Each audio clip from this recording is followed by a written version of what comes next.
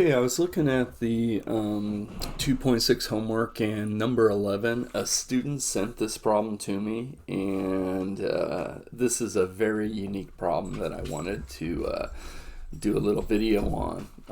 It's kind of challenging because most people, they can pretty easily find the two real roots, but the four imaginary roots might be a little more of a challenge.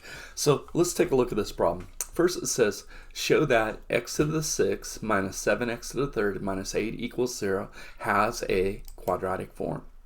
Now that's easy enough because you have a 6th degree term and a 3rd degree term, so you can write this 6th degree polynomial equation as a quadratic equation by doing this.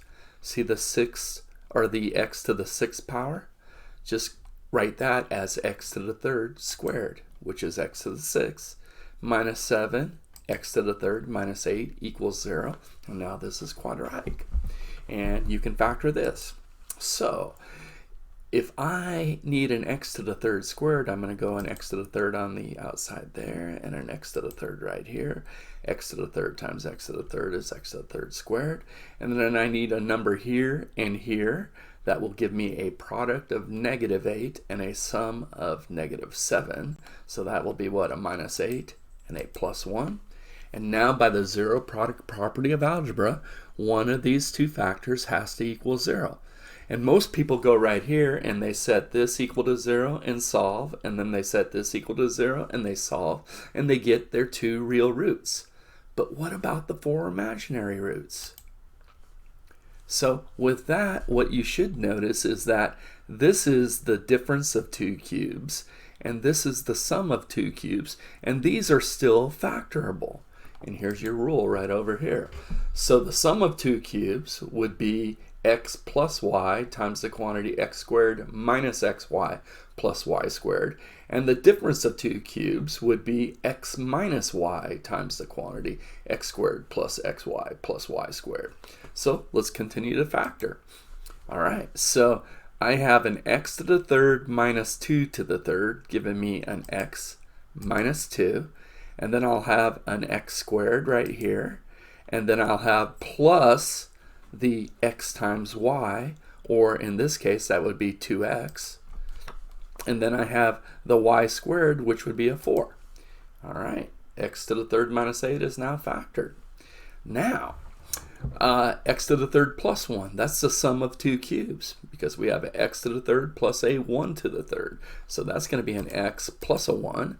And then we have x squared. And now we have minus, note the minus right there, 1x plus the 1 squared, or 1. And now your sum of two cubes is also factored. Okay, and we use our linear factors to get our two real roots. So that's going to be x minus 2 has to equal 0, so x could equal 2. X plus 1 would have to equal 0, so x is negative 1. And then we use our two quadratic factors, which are no longer factorable, to find our four imaginary roots. And we're going to do that with the quadratic formula. So x squared plus 2x plus 4 would have to equal 0, or x squared minus x minus plus 1 would have to equal 0. So quadratic formula for each of these. Let's do the x squared plus 2x plus 4 first. So that equals the opposite of b, negative 2, plus or minus b squared would be a 4, minus 4 times a, which is a 1, times c, which is a 4, over 2 times a, which is a 1, equals negative 2 plus or minus, and now the discriminant is 4 minus 16, negative 12 over 2. And now simplify this and we are done. Negative 2 divided by 2 would be negative 1, plus or minus. And now the square root of negative 12, I see a factor of negative 1 underneath the radical, so that will come out as an I. And 12 is 4 times 3, with 4 being a perfect square. So the square root of 4 comes out as a 2, and the factor of 3 remains under the radical. All right, one more step because I have a 2 over 2. So I'm going to write my final answer as negative 1 plus or minus I root 3. There are two of my four imaginary roots.